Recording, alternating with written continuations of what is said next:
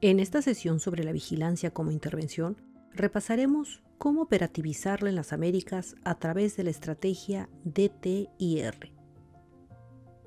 Al final de esta unidad, los participantes deberán comprender la racionalidad de la estrategia DTIR, conocer sus componentes y ver cómo su implementación se adapta al continuum de la transmisión dentro de un país.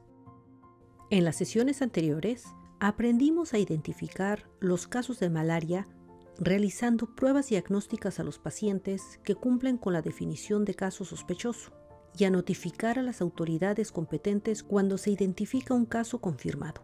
En la última unidad, dedicamos mucho tiempo a repasar la investigación de los casos y a determinar la localización probable de la infección a partir del periodo probable de infección.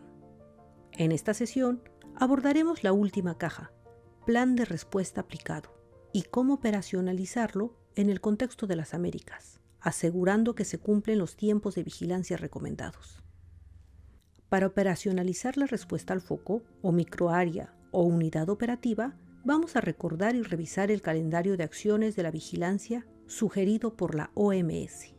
Desde la detección de un caso hasta actividades de respuesta en un foco, recordemos el módulo anterior.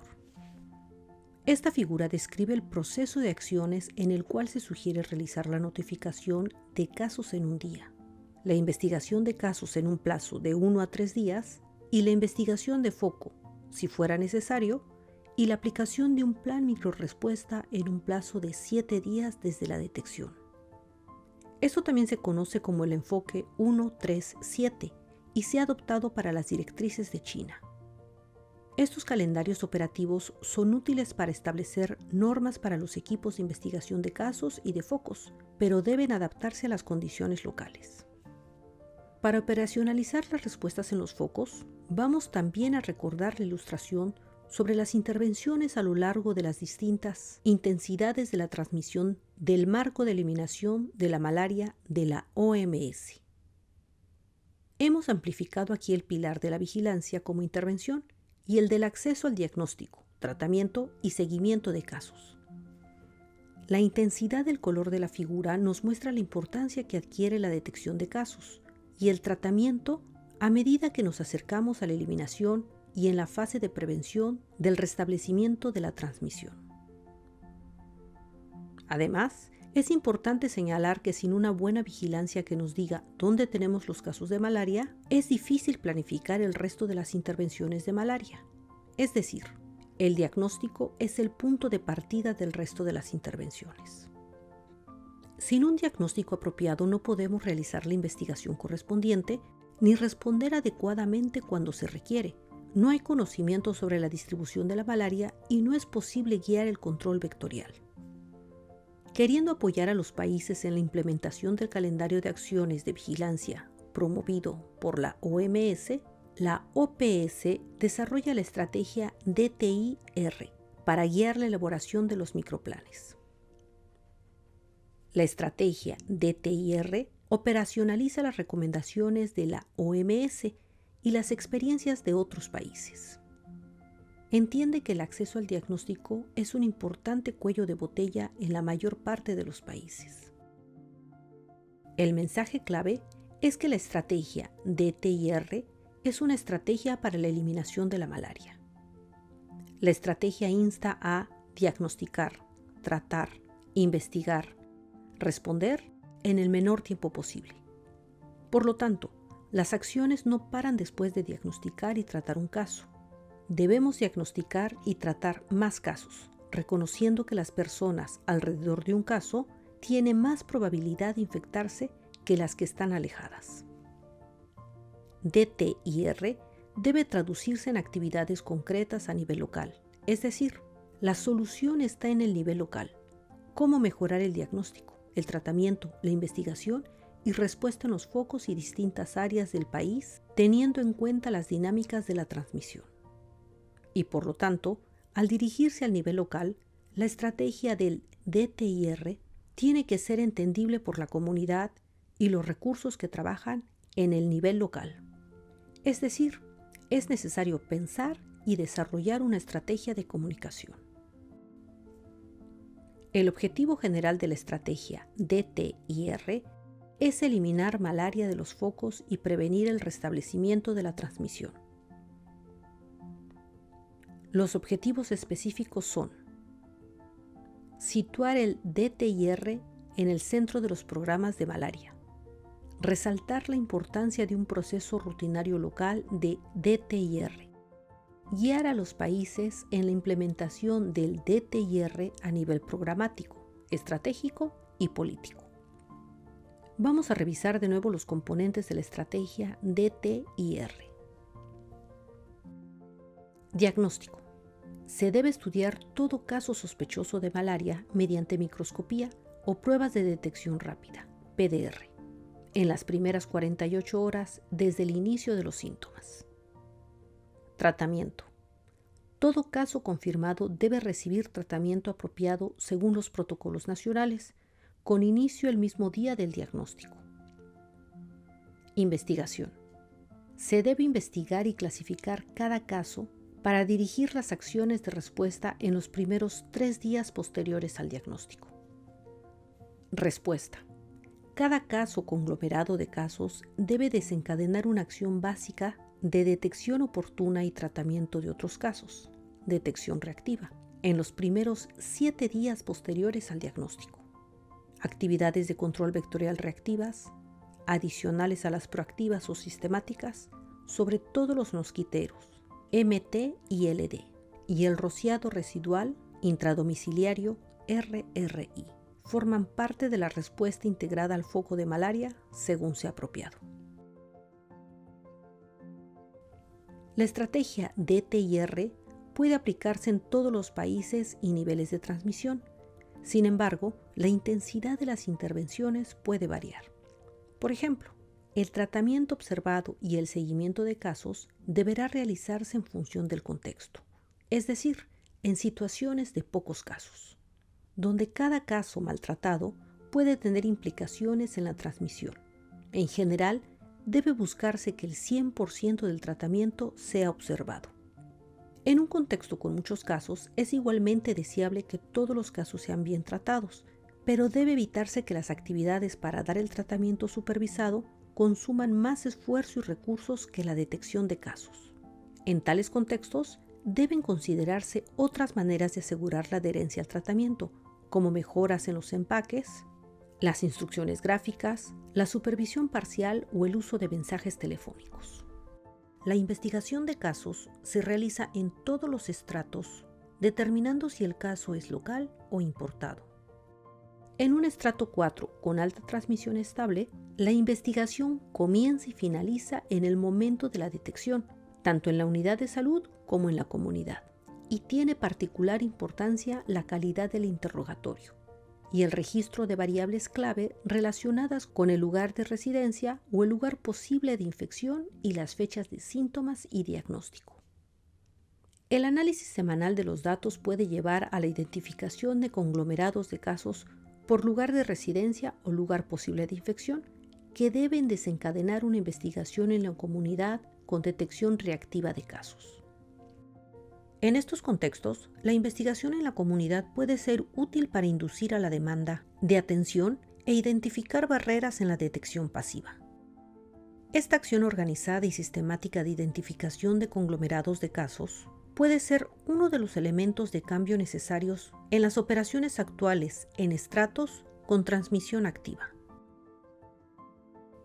A medida que el número de casos es menor, 3 o menos de 3 casos a la semana por equipo de investigación, se hace más viable y relevante visitar la comunidad como parte de la investigación de caso más detallada y al mismo tiempo realizar la detección reactiva de casos para cada caso.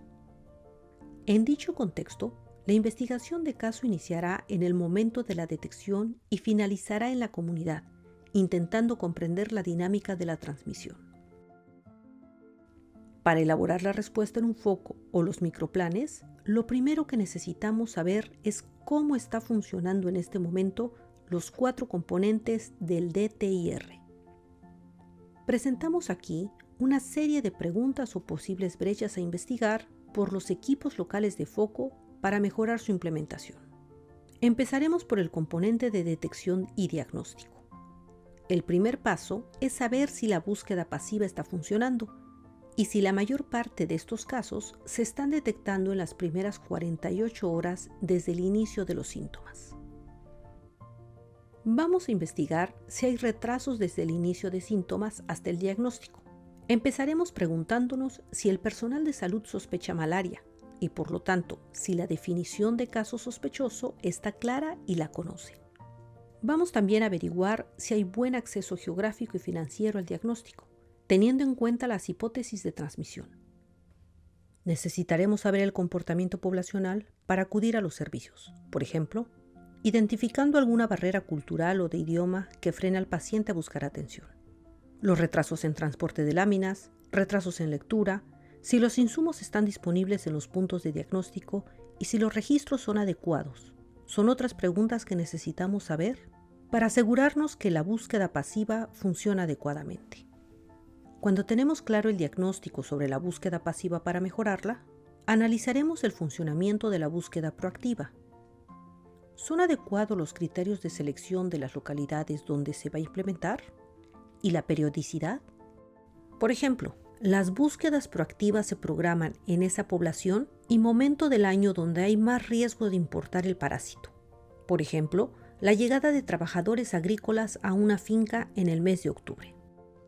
¿Se realiza a febriles o a todos? ¿Los registros y los insumos son adecuados? Es decir, ¿se realiza con PDR o con microscopía? ¿Los equipos que hacen las búsquedas proactivas van con tratamiento para poder darlo en caso de que salgan casos positivos? Respecto al componente del tratamiento, analizaremos los tiempos desde el diagnóstico hasta el inicio del tratamiento y si éste es completo. La meta es que todos los casos inicien tratamiento el mismo día del diagnóstico.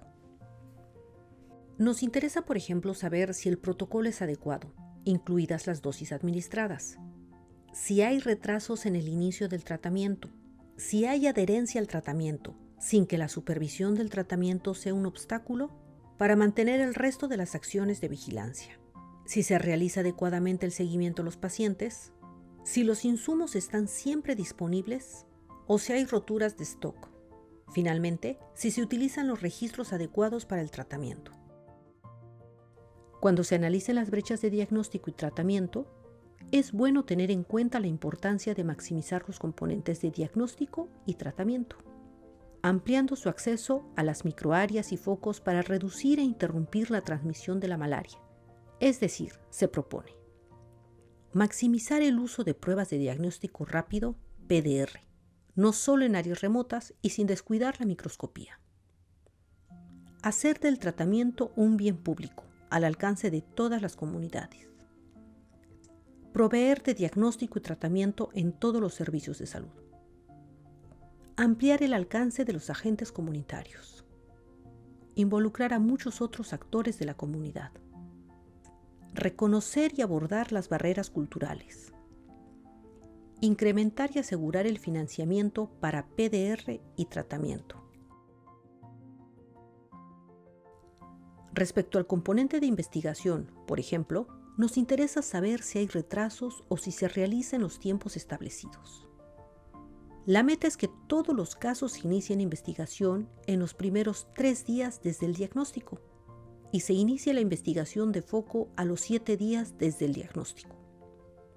Nos interesa averiguar si el personal que la realiza es adecuado y está debidamente entrenado, si la calidad de la investigación es buena, si hay problemas operacionales para realizarla, si se utiliza para guiar la respuesta y si se adecúa al continuum de la transmisión, es decir, si hay muchos casos, más de 3 a la semana por equipo de investigación. El detalle de la investigación debe ser menor, de manera que se determine el origen de la infección solamente al momento de la notificación. Respecto al componente de respuesta, vamos a analizar los tiempos y cómo se realiza la búsqueda adicional de casos o la búsqueda reactiva. La meta es que se realicen búsquedas reactivas alrededor del caso diagnosticado en los primeros 7 días desde el diagnóstico. Nos interesa saber si el personal que realiza la búsqueda reactiva es el adecuado. Si se inicia en los tiempos recomendados, ¿cuál es el radio utilizado? ¿Es adecuado? ¿Cuántos ciclos se realizan? ¿Tienen insumos suficientes para realizarla? ¿Cuáles son esos insumos? ¿PDR, microscopía, tratamiento y registros? ¿La búsqueda reactiva se adecúa al continuum de la transmisión? Es decir, si tienen muchos casos, más de 3 a la semana por equipo de investigación, ¿se realiza solo por conglomerado de casos? En estos casos no es posible realizarla individualmente.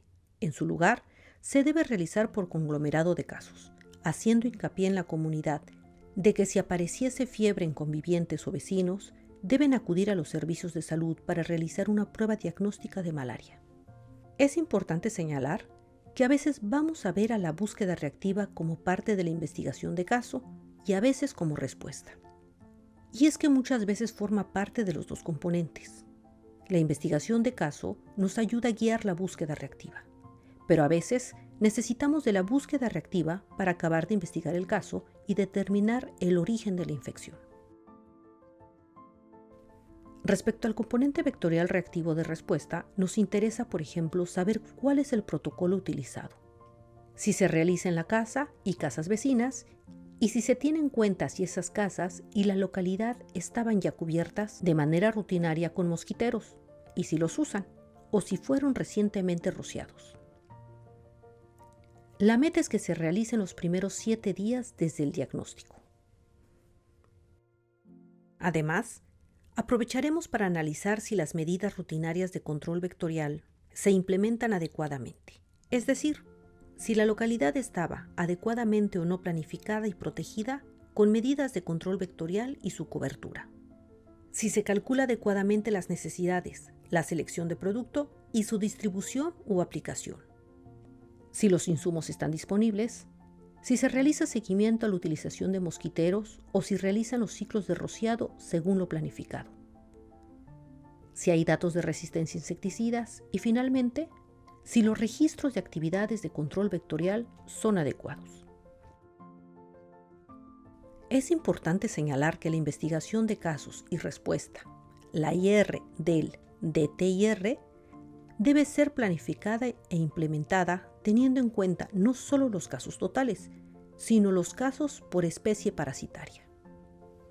Es decir, cuando hayan menos de 3 casos de una especie parasitaria por equipo de investigación a la semana, aunque hayan más de otras especies, se realizará la investigación y respuesta en la comunidad. La dinámica generalizada de transmisión de P. falciparum y P. vivax en las Américas es que P. falciparum alcanza la eliminación antes que P. vivax, debido principalmente a 1. La ausencia de hipnozoitos y de recaídas, lo que reduce las recurrencias. 2.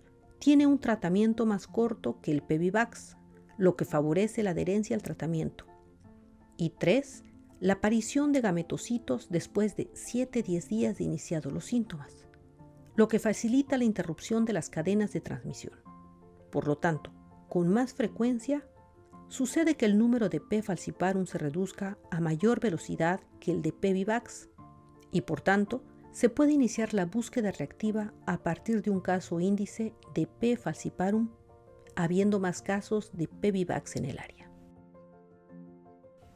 Los mensajes clave a recordar del DTIR es que la estrategia reconoce la importancia del tiempo en detección, diagnóstico y tratamiento para interrumpir la transmisión.